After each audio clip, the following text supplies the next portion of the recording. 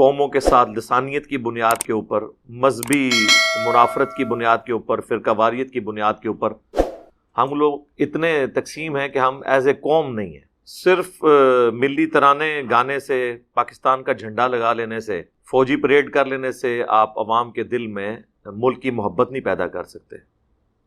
ہاں، صرف اس خاص طبقے کے دل میں محبت پیدا کر سکتے ہیں جن کو آپ اس قوم کے ٹیکسز سے پیسے لے کے ان کو انسینٹیوز دیں، ان کو بھاری بھرکم تنخواہیں دیں، ان کو پلاٹس دیں، ان کو ٹھیکے دیں. اور یہ میں سنگل آؤٹ کسی ایک خاص طبقے کو نہیں کر رہا.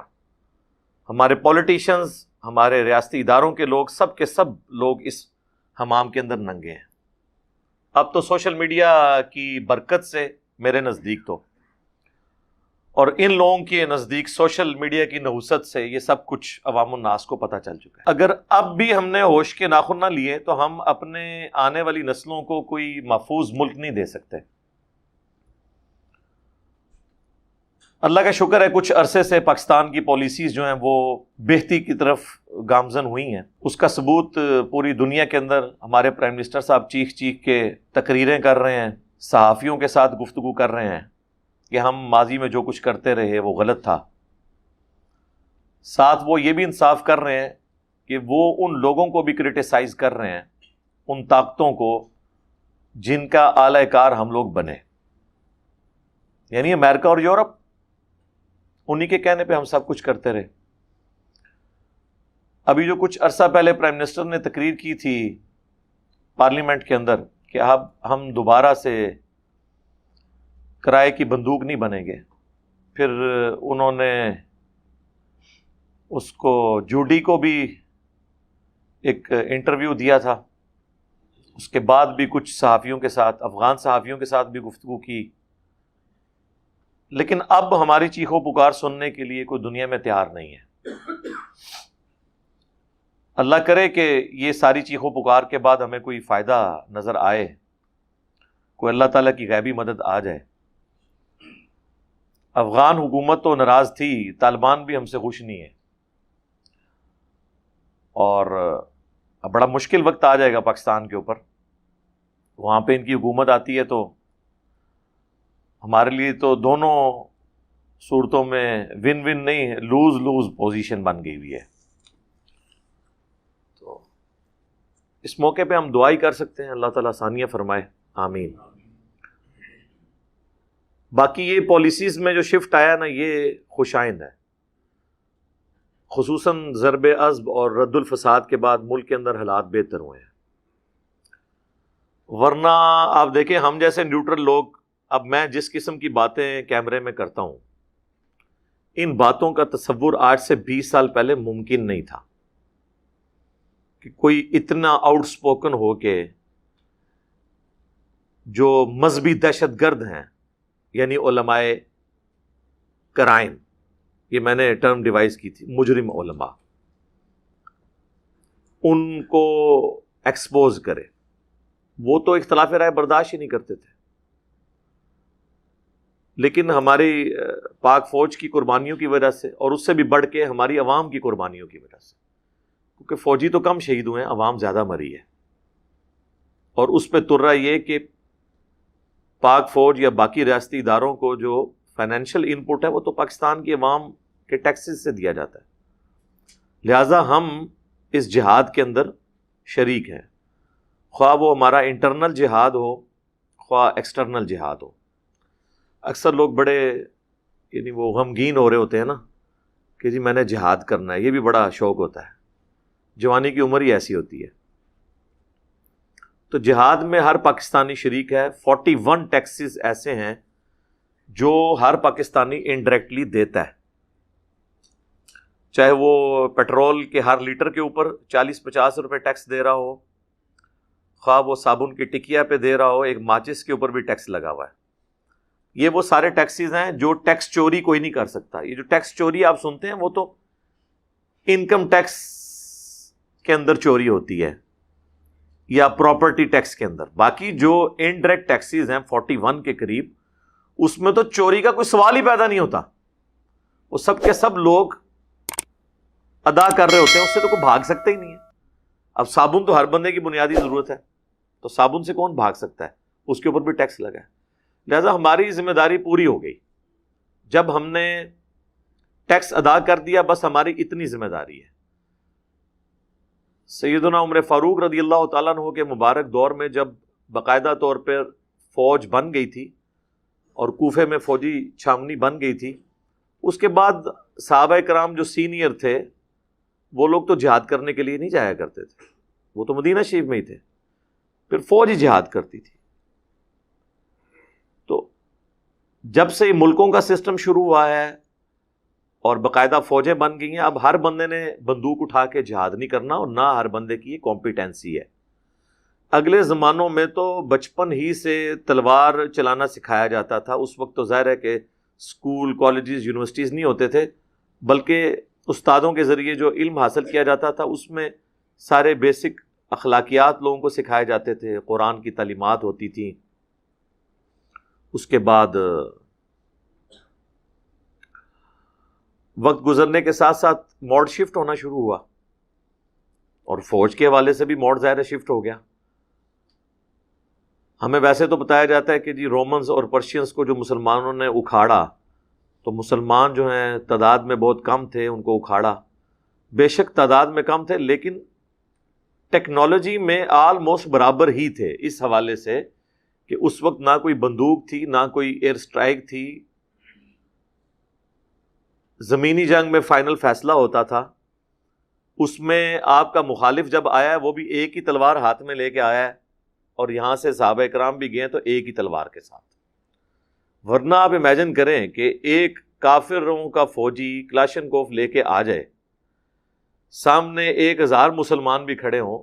اب میں صحابہ کرام نہیں کہتا، پھر یہ کہیں گے جی وہ گستاخی کر دی ہے۔ چاہے اس زمانے کے مسلمان ہوں یا آج کے زمانے کے، ایک کلاشنکوف کے سامنے 1000 تلواریں کیا کر سکتی ہیں؟ وہ سلطان رائی کی فلموں میں ہی بیلچے کے اوپر گولی روکی جاتی ہے، ہاں، پریکٹیکل لائف میں اس طرح گولی نہیں رکتی۔ تو اس زمانے کی مثالیں دینا غلط ہے، اور یہ جھوٹ بولا گیا صدیوں سے کہ جی برابر کا نہیں تھا۔ برابر کا ہی تھا جی، جب اسلحہ برابر کا ہے، ادھر بھی تلوار ادھر بھی تلوار۔ اب ادھر ہوں لیزر گائیڈڈ گنیں اور دوسری طرف ہمارے پاس چھروں والی بندوق، تو کیا مقابلہ ہوگا؟ پھر اس سے بڑی بات ٹریننگ۔ آج کل تو فوج کو ٹریننگ دی جاتی ہے، ایک اس ٹریننگ کے اگینسٹ ہی آپ برابر کی فوج سے لڑ سکتے ہیں۔ ٹیلنٹ کچھ عرصہ کام کرتا ہے، بعد میں فیل ہو جاتا ہے۔ آپ میں جو لوگ بڑی عمر کے ہیں ان کو یاد ہوگا کہ پاکستان نے ہاکی کے 4 ورلڈ کپ جیتے ہوئے ہیں، لیکن یہ ان زمانوں، ان میں سے ایک ورلڈ کپ ہی آپ کہہ لیں وہ انہوں نے اس کے اوپر وہ جو قالین پہ اب کھیلا جاتا ہے آسٹرو ٹرف، اس کے اوپر جیتا ہے، باقی تو 3 گھاس کے اوپر جیتے ہوئے ہیں، اور وہ بھی بڑی دعائیں کر کے 92 کے ورلڈ کپ کی طرح ہی جیتا تھا۔ اصل میں جو ہیں وہ 3 شروع کے ورلڈ کپ تھے جو وہ جیتے پاکستان نے۔ اس وقت انہوں نے آبزرو کر لیا کہ یہ ہاکی گھاس کے اوپر تو بڑی اچھی کھیل لیتے ہیں، انہوں نے گھاس ختم کر کے یہ جب شروع کیا تو تھیندے ٹھیک ہے، ان کتنے گئے تھوڑا ٹیلنٹ۔ کرکٹ میں بھی آپ دیکھ لیں، انہوں نے آئی پی ایل انڈیا نے شروع کروائی، اور اس طریقے سے کرتے کرتے اتنا معاملات کو انہوں نے اس کو سائنٹیفک بنا دیا کہ ہم پیچھے رہ گئے۔ تو اب محض ٹیلنٹ کی بنیاد کے اوپر آپ آگے نہیں چل سکتے جب تک آپ اس اسپیسیفک فیلڈ کے اندر ایکسپرٹیز حاصل نہ کر لیں۔ یہی حال فوج کا بھی ہے۔ ایک عام آدمی کا کیا کام ہے کہ وہ ڈنڈا یا کوئی بندوق اٹھا کے جا کے لڑنا شروع کرتے؟ اس کی تو لاش ہی پچھلوں کو اٹھانی پڑے گی۔ ایک نگ ہی ہے، جنہوں پنجابی چ کہنے نا، ایک نگ ہی ایڈ ہوا ہے، ہونا تو کچھ بھی نہیں ہے۔ اس لیے ہمیں کوئی گلٹی نہیں فیل کرنا چاہیے، ہم آلریڈی الحمدللہ ٹیکسس کے ذریعے انوالو ہیں، اور ہمارا جہاد میں حصہ ڈال رہا ہے۔ یہ ان لوگوں کی فکر ہے کہ جو اس کام کے اوپر مامور ہیں کہ وہ اپنا کام صحیح کر رہے ہیں نہیں کر رہے، ان کی راتوں کی نیندیں برباد ہونی چاہیے۔ ہم لوگوں نے تو اپنا حق ادا کیا ہے، پاکستانی نیشن جتنی قربانیاں دے رہی ہے، اور اب تو یہ نیا ایک بم گرا رہے ہیں، وہ 40% سبسڈی جو تھی بجلی کے اوپر، وہ بھی ختم کر رہے ہیں. اور ہمارے نیپرا کے چیئرمین صاحب کے بیانات دیکھیں. ان لوگوں کو تو یقین کریں, ان لوگوں کو تو پرائمری اسکول میں داخل کروانا چاہیے, کم از کم بولنے کی تمیز تو سیکھیں. ٹیکسی لگا کہہ رہے ہیں عوام کی چیخیں نکلیں گی. یعنی یہ لینگویج, مجھے تو لگتا ہے شاید یہ وہ لوگ ہیں ان کے خاندانوں میں کسی کو کوئی پوسٹ نہیں ملی ہوگی, تو آپے سے باہر ہو کے اس قسم کی گفتگو یہ لوگ کرتے ہیں. ایک تو ہمیں زخم دیتے ہیں, اس کے بعد ہمارے زخموں کے اوپر یہ نمک پاشی بھی کرتے ہیں. تو کوئی نہیں, اس طرح کے معاملات زیادہ دیر نہیں چلتے ہیں, برا وقت آنے میں دیر نہیں لگتی ہے. پاکستانی قوم تو اپنا برا وقت بھگت چکی ہے. اب ہمارے یہاں جو ہمارے پرائم منسٹر صاحب جو کہتے ہیں نا مافیا ہے, مافیا کے اوپر برا وقت آ گیا. لیکن ظاہر ہے کہ اس کے ساتھ تکلیف تو ہمیں ہی ہوگی. اللہ کرے ہمارے معاملات مستقبل میں بہتری کی طرف گامزن ہوں انشاءاللہ تعالی. ہم تو صرف دبے الفاظ کے اندر خامیوں کو ہائی لائٹ کر سکتے ہیں, باقی تو کرنا کرانا تو پرائم منسٹر کی ذمہ داری ہے. صحیح مسلم میں حدیث ہے کہ بدترین گڈریا وہ ہے جو کسی قوم کے اوپر حکمران ہو, اور اگر وہاں پہ وہ انصاف قائم نہیں کرے گا تو وہ قیامت والے دن اللہ تعالیٰ اس کی پرسش کرے گا, اس کے لیے جہنم مقدر بن جائے گا والعیاذ باللہ تعالی. جس طرح گڈریا بھیڑ بکریوں کی حفاظت کرتا ہے نا, اس طرح حکمران کی یہ ذمہ داری ہوتی ہے. بخاری اور مسلم دونوں میں حدیث ہے, تم میں سے ہر شخص نگہبان ہے اور اس سے اس کے رعیت کے بارے میں پوچھا جائے گا. پھر آپ صلی اللہ علیہ وآلہ وسلم نے فرمایا کہ ایک جو مرد ہے وہ اپنے گھر والوں بیوی بچوں کے اوپر حاکم ہے, وہ اس کی رعیت ہے. ایک عورت جو ہے وہ اپنے گھر کے اوپر حاکم ہے, اس کے انڈر اس کے بچے ہیں, ان کی تربیت کرنا, اس کے بارے میں اس سے پوچھا جائے گا. ایک حکمران جو ہے وہ رعایا کے اوپر حاکم ہے, اس سے اس کے بارے میں پوچھا جائے گا. اسلام میں تو بڑی واضح تعلیمات ہیں اس حوالے سے, اور اس میں کوئی ابہام, کوئی ایمبیگوٹی نہیں ہے, بالکل واضح چیز ہے. بہرحال اللہ کا شکر ہے, یہ ضرب عصب اور رد الفساد کے بعد ہماری پالیسی شفٹ جو ہوئی ہے, اس کا فائدہ کم از کم یہ ہوا ہے کہ ہمیں یہ چیز سمجھ آ گئی ہے کہ جہاد صرف فوج کا کام ہے. پاکستان میں نان اسٹیٹ ایکٹرز نہیں ہونے چاہیے, ورنہ وہ بندوق کے زور کے اوپر, تلوار کی نوک پہ اپنے جو مذہبی عقائد ہیں وہ آپ پہ تھوپنے کی کوشش کریں گے, جس طرح ماضی میں ہوتا رہا. قتل و غارت کتنا ہوا ہے, ہم نے نہیں بھگتا. آپ یعنی ضیاء الحق کے دور سے لے کر ابھی تک لاکھوں لوگ قتل ہوئے ہیں اسی مذہبی اختلافات کے اندر, اور یہ سب کچھ ہمارے بڑوں کی سرپرستی میں ہوتا رہا. اور آج کے ہمارے بڑے مانتے ہیں کہ پرانے بڑوں نے ہمارے ساتھ کام ڈالا ہے, جس طرح ہم نے آپ کو منوا لیا ہے کہ آپ کے بابوں نے آپ کے ساتھ کام ڈالا ہے. پہلے تو کوئی ماننے کے لیے تیار ہی نہیں تھا, اتنا مقدسات ان کو ڈکلیئر کیا ہوا تھا. لیکن ایک ایک کر کے جب ان کی 2 نمبریاں آپ پہ کھلیں تو آپ کو پتا چلا کہ یار قرآن و سنت میں تو کچھ اور لکھا ہوا تھا. یہ ہمارے بابے تو قرآن و سنت کے نام پہ عزت ویل کرتے رہے اور تعلیمات ہمیں بالکل اس کے الٹ بتاتے رہے. تو جب قرآن و سنت کے نام پہ انہوں نے عزت ویل کی اور آپ قرآن و سنت کا احترام نہ کریں تو پھر یہ دین کے غدار ہوئے نا, کیونکہ جس بنیاد پہ انہوں نے عزت ویل کی تھی اسی کے دشمن رہے.